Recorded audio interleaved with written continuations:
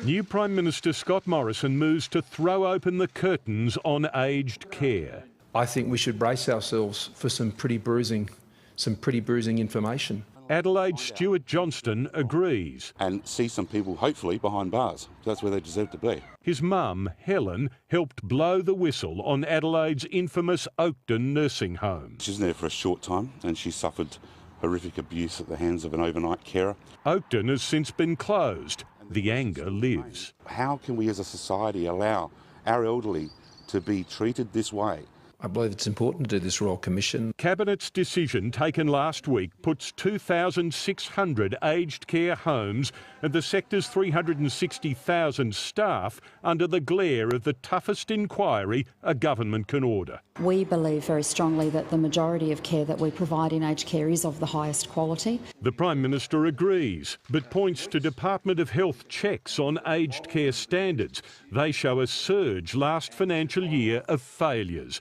The number of services with serious risks was well on the way to double the previous year. Significant non-compliance almost trebled. 14 services lost their accreditation altogether.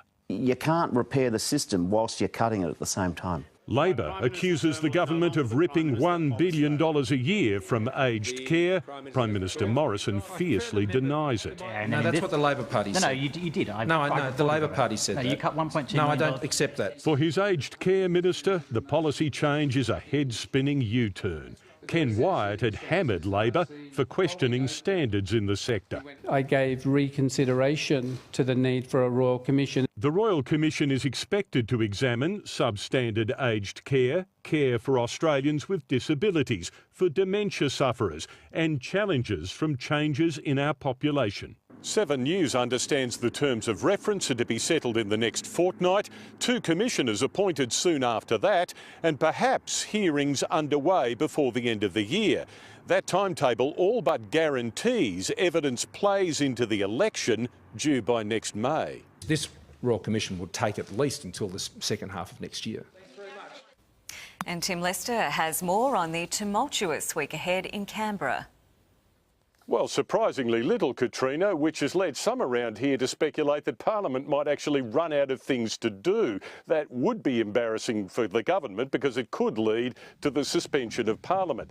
Now, Labor and the Greens, we understand, will move their no confidence motion in Peter Dutton on Thursday, claiming he misled Parliament over the au pair affair. Mr Dutton did speak with 7 News in Brisbane today. He claims that Labor has since apologised to him. Labor were running around with false claims in relation to au pairs and visas a couple of weeks ago. All of those claims were discredited. In fact, Labor apologised to me, and I think they'll be doing the same again shortly. We have checked with Labor and they tell us that's simply not true. Katrina?